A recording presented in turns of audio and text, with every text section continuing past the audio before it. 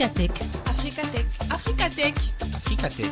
Africatech. Africatech vous fait découvrir le potentiel du digital, l'évolution technologique et la croissance numérique du continent africain en un seul clic. Africatech, en un seul clic. Africatech, l'émission qui s'intéresse à l'impact du numérique sur le continent africain. Africatech. Africatech. Africatech. Votre émission présentée par Salah Issaka. C'est sur Africa FM et africafm.com. Très chers auditeurs, bonjour et bienvenue une fois de plus sur les ondes d'Ifriqiya FM. Vous êtes en compagnie de Moïse Self sur Africatech, votre émission de technologie pour l'Afrique. Aujourd'hui, nous abordons un sujet majeur pour l'avenir du système universitaire en Algérie. Effectivement, l'Algérie numérise l'admission des étudiants étrangers vers une révolution du système universitaire. L'intelligence numérique aujourd'hui, elle est le moteur des transformations dans tous les secteurs. Dans l'enseignement supérieur, cette révolution se matérialise avec le lancement de la plateforme Study in Algeria, qui a été inaugurée officiellement le 8 avril par le ministre de l'Enseignement supérieur et de la Recherche scientifique, M. Kamel Badari. Cette initiative s'inscrit dans le cadre ambitieux du plan quinquennal 2024-2029. Aujourd'hui, nous avons le plaisir d'accueillir nos habituels 3 chroniqueurs. J'ai cité Raja Dignas du Congo-Brazzaville. Bonjour Raja. Bonjour Moïse, bonjour à tous. Janicia Matondi du Gabon. Bonjour Janicia. Bonjour Moïse, bonjour à tous. Et pour terminer, Alamine Mahamat, le plus ancien, qui nous vient du Cameroun. Bonjour Alamine. Bonjour Moïse, Inakuan Africa. Alors, merci à vous d'avoir répondu présent à mon invitation pour discuter de ce sujet qui est d'une importance capitale. Alors, sans plus tarder, nous allons passer à la minute décryptage avec Alamine. On se dit à tout de suite. Africatech, la minute décryptage. La minute décryptage. Analyse et commentaires sur le digital. Africatech.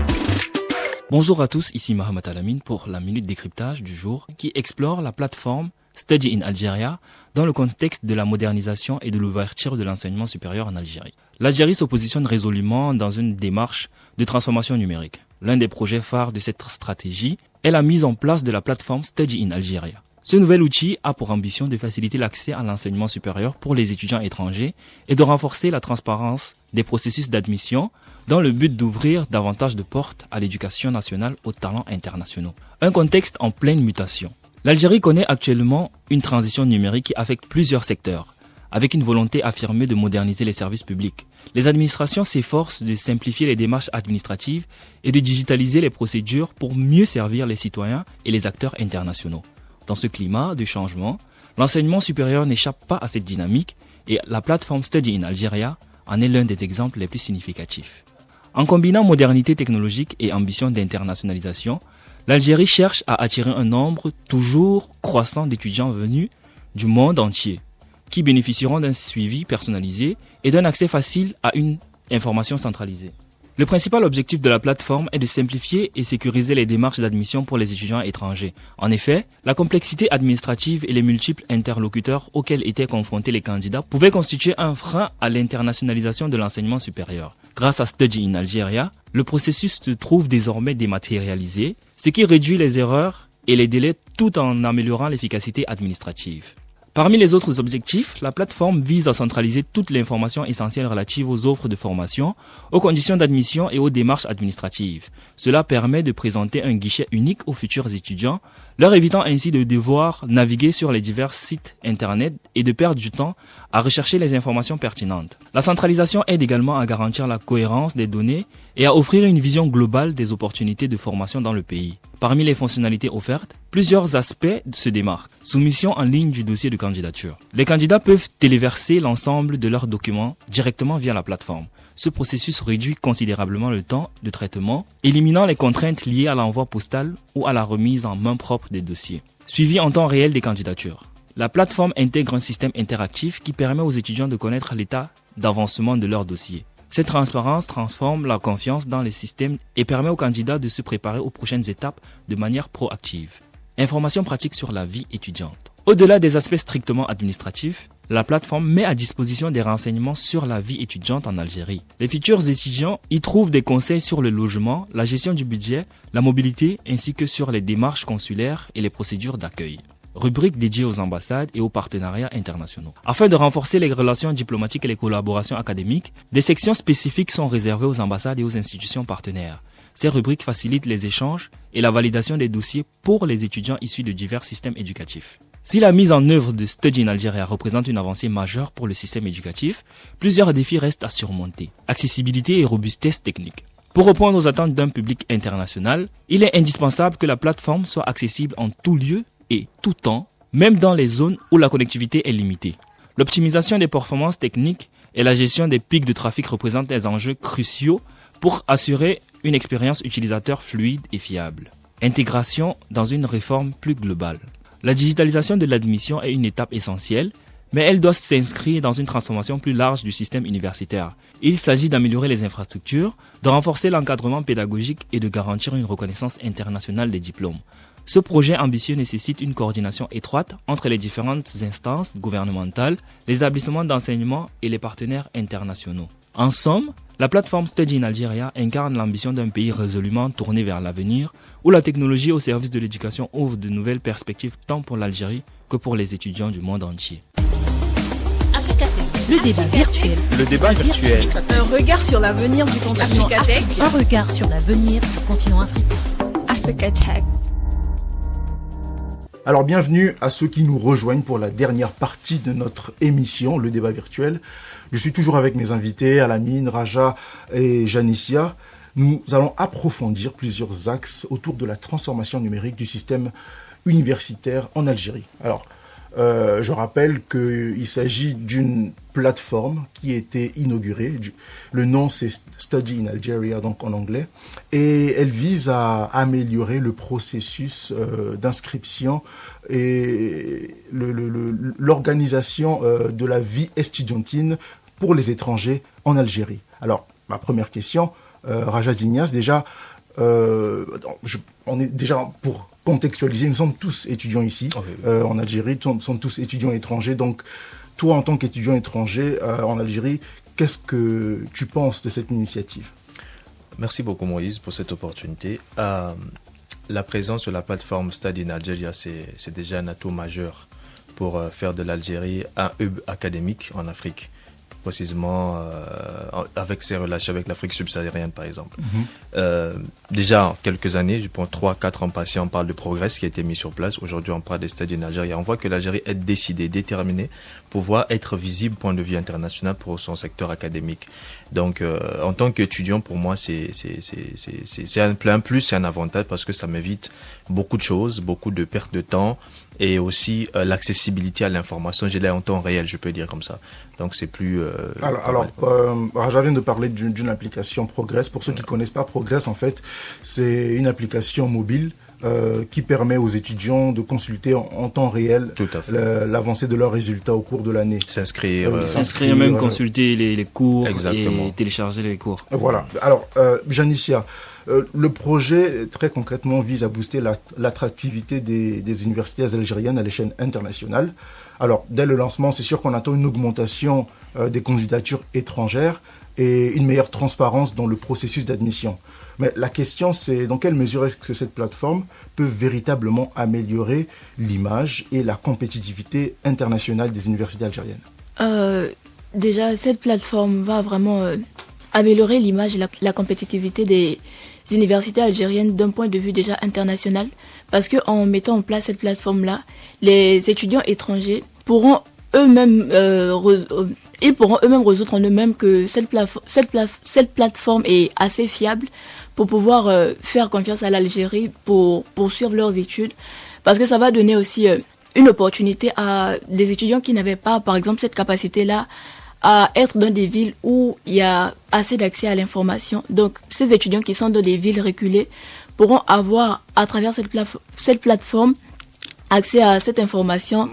S'il veut continuer. Je voulais rebondir sur un point très important. Déjà, la plateforme Study in Algeria, on voit que c'est une plateforme sur laquelle nous, les étudiants, déjà, ça nous facilite les choses.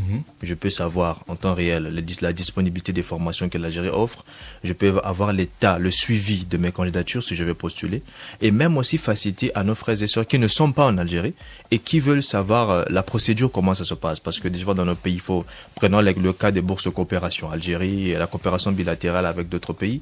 Il faut passer par l'ambassade ou le ministère et tout. Mais aujourd'hui, avec cette plateforme, on va directement, depuis chez moi à la maison, je vais savoir mon dossier à tel niveau, ça a réduit la paperasse, les signatures interminables et tout. Pour moi, c'est un ouf en fait. Un souffle pour moi en tant qu'étudiant. Je me dis finalement, ce stress que j'avais, cette anxiété qui était provoquée par le manque d'informations, je l'ai maintenant entre mes mains. Qu'est-ce que la plateforme vient régler comme problème? C'est-à-dire, on dit que la plateforme vient améliorer le processus, mais comment est-ce que les choses se passent avant qu'il y ait cette plateforme? Le contexte, en fait, si je vais contextualiser les avantages de ce système, je dirais tout simplement c'est l'accessibilité à l'information. Parce que si on n'a pas l'information, c'est difficile d'avoir une formation de qualité et donc aboutir à une transformation pertinente. Donc l'accessibilité à l'information, pour moi, c'est très très capital. Et comme il a dit tout à l'heure, des fois on affiche des bourses, on n'est pas informé.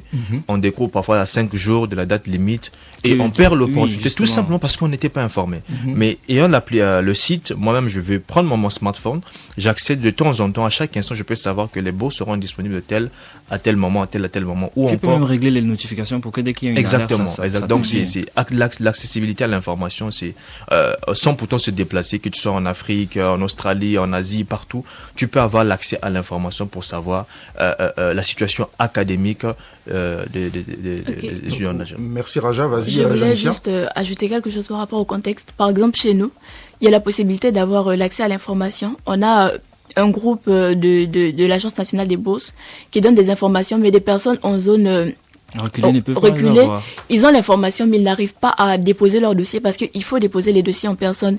Et avec cette plateforme, tu as la possibilité de pouvoir postuler, étant même loin, et pouvoir réussir à une admission. Donc, tout à fait. Et je pense que l'un aussi des avantages, c'est que ça réduit la barrière. C'est-à-dire que dans l'ancien système, il y a un intermédiaire, sinon deux. Je pense qu'il y a l'intermédiaire dans nos pays, donc le ministère et l'ambassade. Et l'ambassade ici. En fait, on peut prendre un exemple concret. Quand moi j'ai eu le bac, j'ai postulé à la bourse pour la Russie et pour l'Algérie. Deux procédures complètement différentes. Toute la procédure de la Russie se faisait en ligne. Dès que tu avais quelque chose, tu avais une notification par mail que tu avais reçu quelque chose. Pourtant, la bourse que moi j'ai postulée en Algérie, je suis venu déposer mon dossier, j'ai fait tous les examens, j'ai déposé au ministère. Ils ont envoyé ça ici, ils ont envoyé ça à l'ambassade, ils ont fait ceci, ils ont fait ceci. Donc tu es obligé d'attendre qu'on te dise. Et même quand ils te répondent, par exemple, ils t'appellent. Imagine, tu n'es pas joignable. Moi, dans mon cas, par exemple, j'étais pas joignable. La chance que j'avais, c'est que il y a une dame qui connaissait mon père, du coup, elle l'a appelé. Et on n'arrive pas à joindre ton fils. Imagine-toi, si c'est que tu étais dans mon cas par exemple, tu as réussi, on t'a accepté pour la bourse et tu n'es pas au courant que tu as été accepté. Pourtant, si c'était par mail, si c'était par internet, dès que tu as la validité, on te valide que tu as accès, tu as droit à la bourse, tu as un mail, tu as une notification directe et tu viens. Et tout se faisait en ligne. Pour la Russie, tout était numérisé et genre chaque étape, tu vois à quel niveau tu te situes. C'est comme avec une transparence assez exactement. importante. C'est comme si tu envoyais un colis et à chaque fois que le colis arrivait quelque part, on te notifiait que c'est arrivé ici, c'est arrivé ici, c'est arrivé. Il y avait un suivi complet, que ce soit pour dès que tu envoies un document, l'accusé des réceptions, le document a été traité, le document a été validé. Tout, il y avait ça. Alors, on parle d'un projet qui est d'une assez grande envergure, et l'intégration d'un système de ce genre n'est pas sans problème, n'est pas sans défi. Du coup, quels pourraient être les obstacles techniques ou peut-être organisationnels de la plateforme qu'elle doit surmonter pour pouvoir offrir un meilleur service? Raja. Alors, avant de répondre à cette question, je vais ajouter ce qu'Alamine disait tout à l'heure par rapport au temps de latence. Et aussi, je parlerai des coûts. Donc, avec cette plateforme, le temps de latence va changer. Donc, et également les coûts, on n'est pas obligé d'aller payer 10 000 francs CFA ou là-bas pour pouvoir faire des traitements de dossiers. Et, quels sont les défis que cette plateforme peut être confrontée? Déjà, moi, j'aimerais insister lors de la conception de la plateforme qu'on se base sur l'aspect côté utilisateur, une conception côté utilisateur, afin de permettre aux utilisateurs de avoir tout ce qu'il faut. Dès qu'il rentre sur le site, il a tout ce qu'il faut pour ne pas avoir besoin d'appeler quelqu'un, un service d'accompagnement et tout ça. Donc, parmi les défis, s'il n'y a pas tous les détails sur la plateforme, il doit avoir au moins un accompagnement. Une assistance. Exact, une assistance, que ce soit automatique ou bien standardisée et tout. Et de l'autre côté aussi, la formation des agents, comme on le dit souvent dans la plupart des émissions qu'on a fait, les agents qui vont travailler behind the scene, je peux dire, pouvoir faire la maintenance de ce site, veiller à ce que tout se passe bien. Et aussi, d'autres défis, je peux pas la langue. Alors, si la plupart plusieurs étudiants des pays francophones, parce que je dois rappeler que l'Algérie, depuis 1962, offre des bourses de coopération à la plupart des pays africains, pour des raisons historiques et aussi linguistiques. Donc aujourd'hui, l'Algérie s'est tournée, principalement les pays francophones étaient vraiment actifs, mais aujourd'hui, l'Algérie s'est tournée vers le côté anglophone. Alors, si moi, en tant que francophone, je veux postuler pour une bourse en Algérie et que le site est peut-être en anglais, moi, je ne sais pas parler anglais, je peux avoir beaucoup de difficultés. Donc, je ne sais pas comment la conception sera faite, mais je pense que ça peut être aussi des défis si on peut intégrer toutes ces langues-là pour permettre une accessibilité vraiment équitable à tout le monde. En fait. Donc, si moi je peux rejoindre Raja, oui, Alamine. Moi, je trouve que l'application doit être vraiment également tournée vers l'utilisateur, surtout par rapport à la langue. Parce que la barrière de la langue, c'est ce qui t'empêche de faire tout.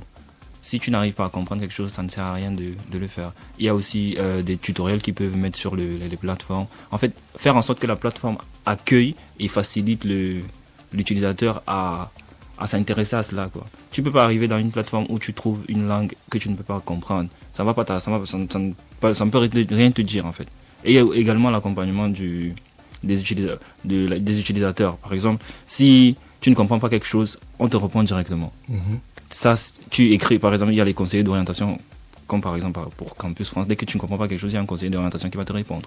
Aujourd'hui, avec l'intelligence artificielle, c'est très possible d'avoir des chatbots qui permettent de remplacer l'être humain pour avoir une meilleure expérience utilisateur. Une assistante automatique. Dès que tu comprends pas quelque chose, je pense qu'ils ont déjà assez donné plein de points par rapport à cela. J'aimerais juste ajouter que par rapport à ce qu'ils ont dit, par rapport à la langue, il faudra aussi ajouter le problème de sécurité des données, parce que c'est quand même des données assez personnelles des étudiants qui sont téléversés sur cette plateforme. Du coup, il y a ce problème de sécurité qui se pose, et pour une utilisation optimale, je crois que ce que l'Algérie devrait faire, c'est de développer une interface d'utilisateur intuitive, comme Alamine était en train de dire tout à l'heure, et également un processus de multilingue pour donner accès aux utilisateurs d'avoir possibilité de différentes langues, mais également s'assurer de la sécurité des données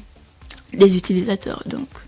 Très bien. Alors, est-ce que le modèle Study in Algeria peut être répliqué ou devrait être répliqué en Afrique? Oui. Tout dépend. On dit qu'il y a un proverbe africain qui dit on ne change pas l'équipe qui gagne. Je l'ai souvent dit ici sur la plateforme. Si c'est un modèle, par exemple, qui aspire, il y a la confiance, on voit la qualité des résultats. En fait, nous sommes attirés et séduits par les résultats. Donc, peu importe le temps d'attente, si on a des bons, on est satisfait de nos résultats, je pense qu'on peut garder le modèle sans problème. Donc, je crois que à travers cette plateforme, l'Algérie sera, le ministère de l'enseignement supérieur sera beaucoup plus visible déjà au niveau international. Il y aura la transparence, il y aura la modernité, tout. Plusieurs choses qui se passent en Algérie, beaucoup de personnes ne le savent pas. Mais en Algérie, il y a beaucoup de choses ont évolué, par exemple, avec la numérisation du système scolaire depuis, je pense, 3, 4, 5 ans déjà. Beaucoup de gens pensent que l'Algérie est encore de façon traditionnelle, alors que l'Algérie a évolué. Donc, si on met cette plateforme, les gens sauront bien en Algérie, voilà ceci, il y a des universités en Afrique qui n'ont pas de bus scolaire, qui n'ont pas de logement, qui n'ont pas d'hébergement. Tout ça, on va le savoir sur la plateforme. Donc, on n'a pas besoin de faire un journal, mais sur la plateforme, on va savoir. Et les pays africains qu'est-ce qu'ils vont faire? Vont s'inspirer de ce que l'Algérie est en train de faire. Et l'Algérie sera, comme j'ai dit au début, comme un hub académique pour l'Afrique, surtout pour les pays subsahariens. Et je me dis aussi que cela va donner encore plus de valeur au diplôme algérien, parce qu'en voyant ce genre d'avancée, les pays internationaux auront quand même une confiance assez... ils auront désormais un autre regard par rapport aux études en Algérie, et c'est quelque chose qui va aussi challenger l'Algérie de son côté à pouvoir donner une meilleure qualité de son éducation. Non, moi je dirais juste que Study in Algeria, c'est une suite de progrès, parce que Progress est venu il y a 3 ans normalement. Et avec Progress, on a accès à tout, que ce soit universitaire, logement, même restauration. Tout à fait. Même restauration. Donc c'est vraiment très très important pour eux déjà d'utiliser Progress pour implémenter la plateforme Study in Algeria pour avoir encore beaucoup plus d'avantages. Comme cela a été dit, l'objectif c'est 0 papier en fait, plus de paperasse et tout se fait de façon en ligne et numérisée. Je pense qu'on peut terminer notre émission par ces mots. Donc je vous remercie d'avoir répondu présent à mon invitation. Je remercie également les auditeurs. Je remercie également M. Mohamed qui est toujours là à la réalisation. Entre-temps, on se dit à la semaine prochaine. Au revoir.